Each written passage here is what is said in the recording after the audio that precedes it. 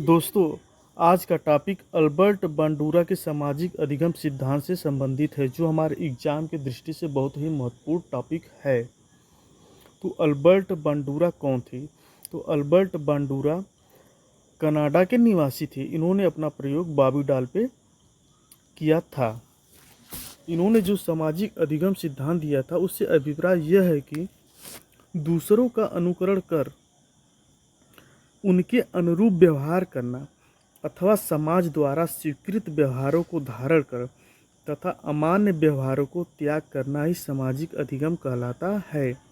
दोस्तों, इस सिद्धांत में हम लोग अनुकरण द्वारा सीखते हैं, अर्थात इस सिद्धांत में अनुकरण द्वारा सीखा जाता है। अल्बर्ट बांडूरा के सामाजिक अधिगम सिद्धांतों के कई उपनाम हैं, जिसे हम बारी बारी से देखते हैं। जैसे सामाजिक अधिगम सिद्धांत,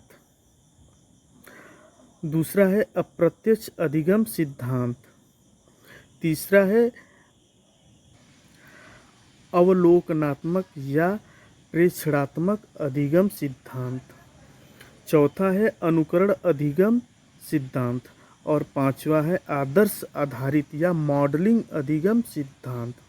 तो ये रहे अल्बर्ट बांडूरा के सामाजिक अधिगम सिद्धांत के उपनाम। दोस्तों, इस सिद्धांत को हमें रटना नहीं है, बल्कि हम इसे भली भांति हुई इसकी अवधारणा को समझते हुए इस तरह से जानना है ताकि एग्जाम में आए हुए प्रश्न हमारे गलत न हों। दोस्तों, हम अल्बर्ट बांडूरा के सिद्धांत से संबंधित प्रमुख तथ्य को देखते हैं कि इनका सिद्धांत कैसे कैसे आया।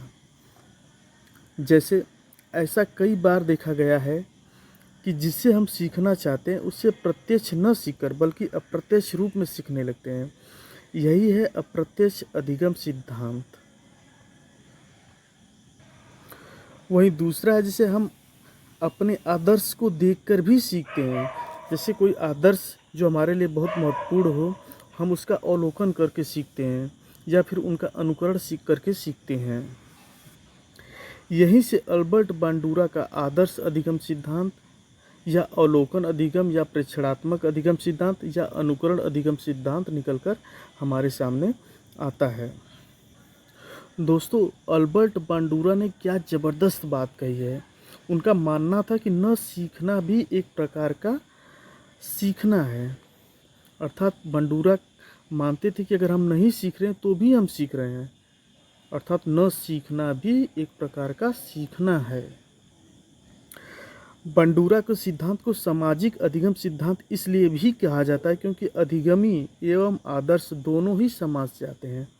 जैसे हम सीख रहे हैं किसी आदर्श को देखकर, चाहे वो अब्दुल कलाम हो, चाहे वह सचिन तेंदुलकर हो, दोनों ही, चाहे हम हो या हमारे आदर्श, दोनों ही समाज से आते हैं। इसलिए अल्बर्ट बांडूरा के इस सिद्धांत को सामाजिक अधिगम सिद्धांत भी कहा जाता है। दोस्तों, अल्बर्ट बांडूरा ने अपने सिद्धांत में 4 पद बताए हैं। पहला है अवधान। तो अवधान क्या है? निरीक्षणकर्ता को या निरीक्षणकर्ता का ध्यान अपनी ओर आकर्षित करने के लिए मॉडल आकर्षक, रोचक व सफल होना चाहिए। अर्थात जो हम मॉडल का उपयोग कर रहे हैं वो ध्यान आकर्षित करने वाला होना चाहिए। दूसरा है धारण।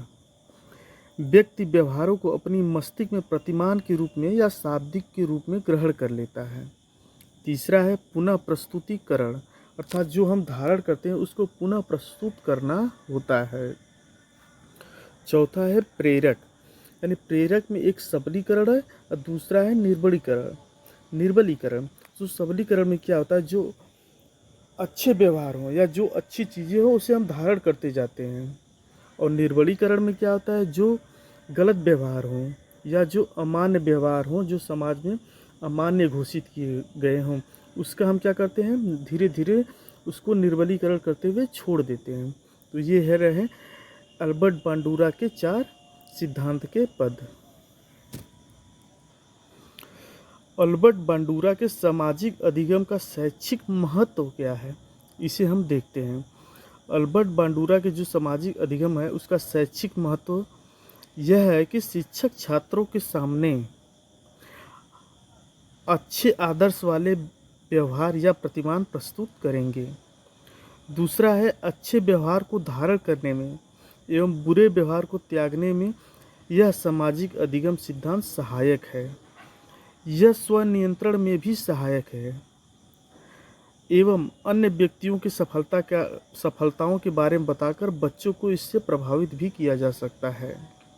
दोस्तों, आज का यह टॉपिक अगर आपको अच्छा लगा हो तो इसे सब्सक्राइब और लाइक करना न भूलिएगा।